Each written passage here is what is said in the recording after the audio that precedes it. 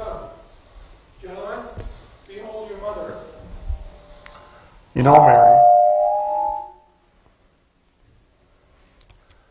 know, Mary, when he said those words, I didn't know what to think at first. Oh, don't get me wrong, Mary. I've always been fond of you. You've always been so much gentler than my mother. But then that's just the point. I already had a mother. And with my own mother standing, well, not too far away, you've got to understand that I felt pretty awkward.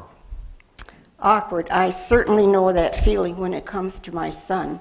Jesus, that is. I don't know what happened, really. We used to be so close.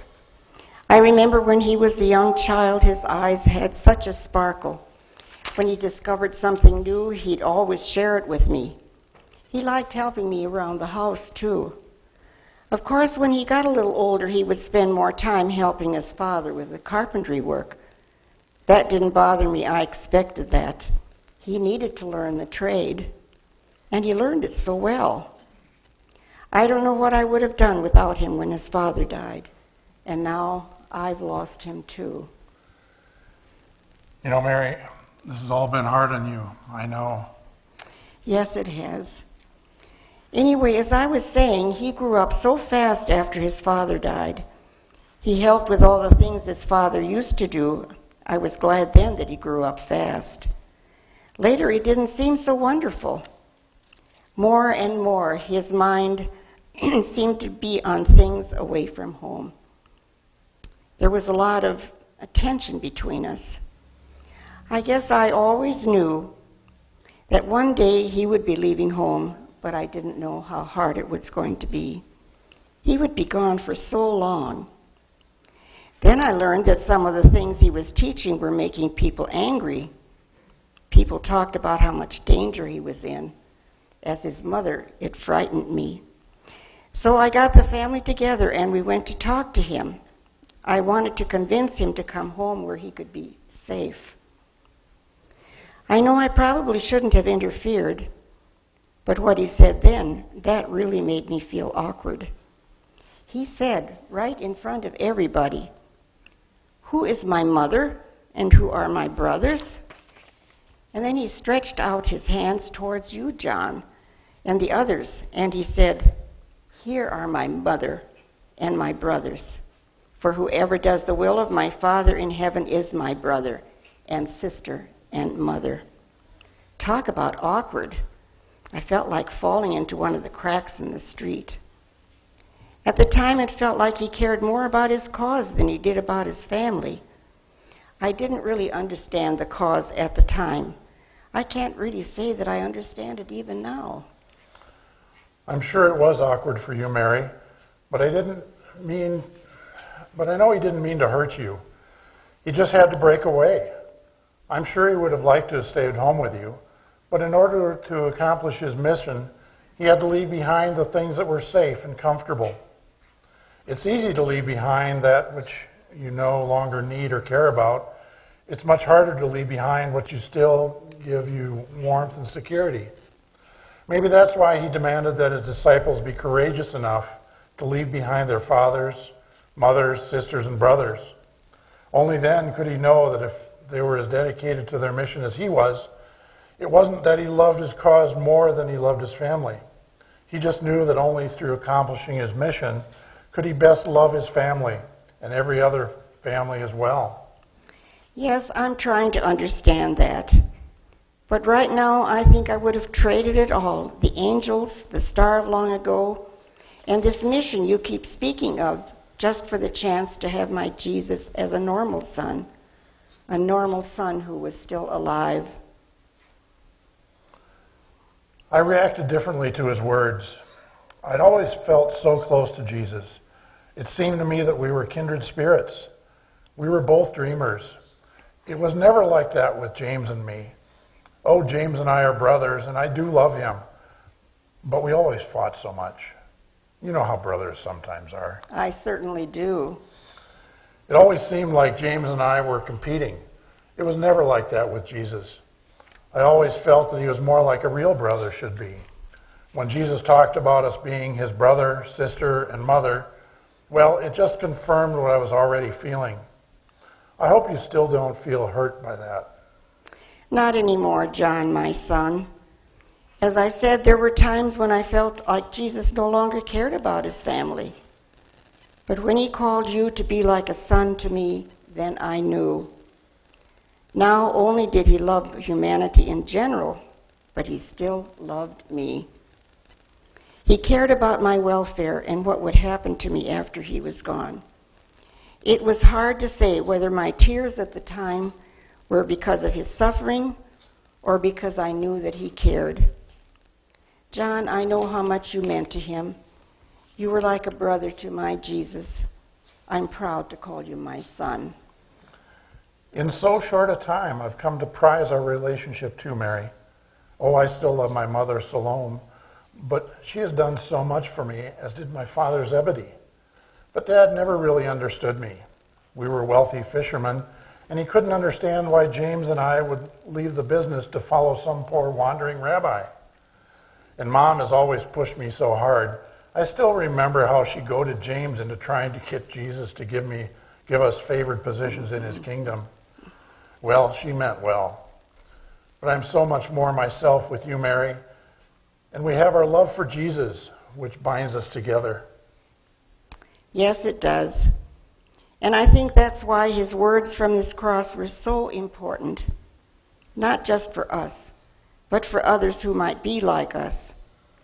So many people are alone in this world with nobody to care for them. And others feel out of place in their own families. Yes, they do. Especially in times like this, we all need the closeness of being a family. For some people, that family is formed by blood relationship, and that is beautiful and a precious thing. But for all of us, perhaps there can be a family formed by blood shed on this cross, and that is even more beautiful. For all who live with others, And for all those who live alone. we need the binding power of the love shown so clearly on this cross. Every person needs to know that he or she is cared about. Every person needs to know what we have found out. This cross has made us family.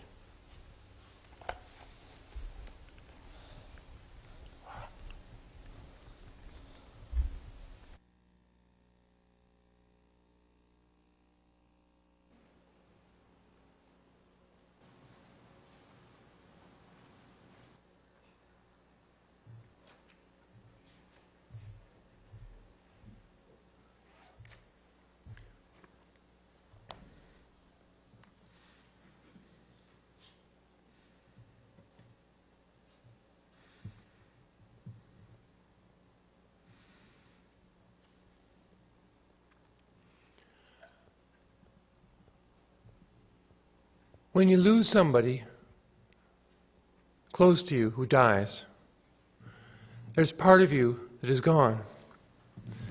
So it's natural to ask the question, who am I now that my loved one is dead? In the moment as Jesus was dying, Mary and John must have asked themselves the same question. Who am I now that Jesus is dying and will soon be gone? It would be difficult to be John. Imagine perhaps your closest friend in the world dying in front of your eyes in great pain. All the dreams and change in the world were dashed on the ground before him. What would happen to the cause now that Jesus was gone? But I think it would be even more difficult to be Mary. How many mothers have ever had to watch as their sons were executed? It must have been absolutely horrifying. But this was not the first time Mary must have been put through the ringer on account of Jesus. After all, how many mothers have God for a son?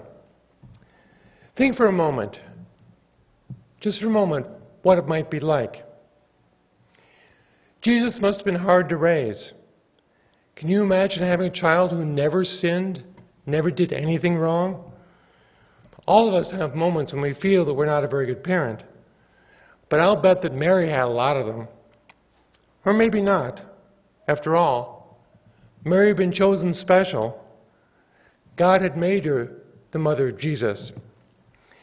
That would have given her a little self-confidence that God had selected her out of all the mothers in the world. But then, if I had been Mary, I begin to think that God might have made a mistake. All in all, I'm sure it took as much courage to raise Jesus as it did to give him birth in the first place. But if you ever had any doubt about the way Jesus cared about his mother, leave them here. Picture the scene in your mind then. Jesus is on the cross, racked with pain, as nails tear at his flesh. When the pain in your feet is too great, you pull up with your hands. To relieve the pain in your wrists, you push up with your feet. In order to breathe on a cross, you have to push up with your feet every once in a while. Otherwise, you suffocate. That's why when they wanted to put someone to a quick end, all they had to do was break their legs. So Jesus is working hard just to breathe, and he chooses to spend his breath to say something important to his mother and to perhaps his best friend. Of all the things that he could have said to Mary and John, he chose these words: "Behold your son," and "Behold your mother."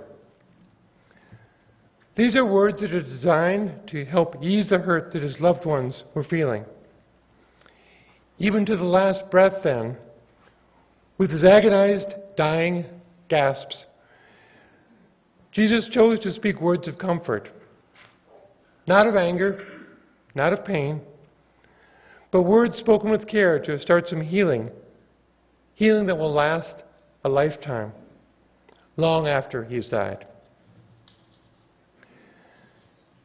Mary and John come to the cross, two separate, hurting people.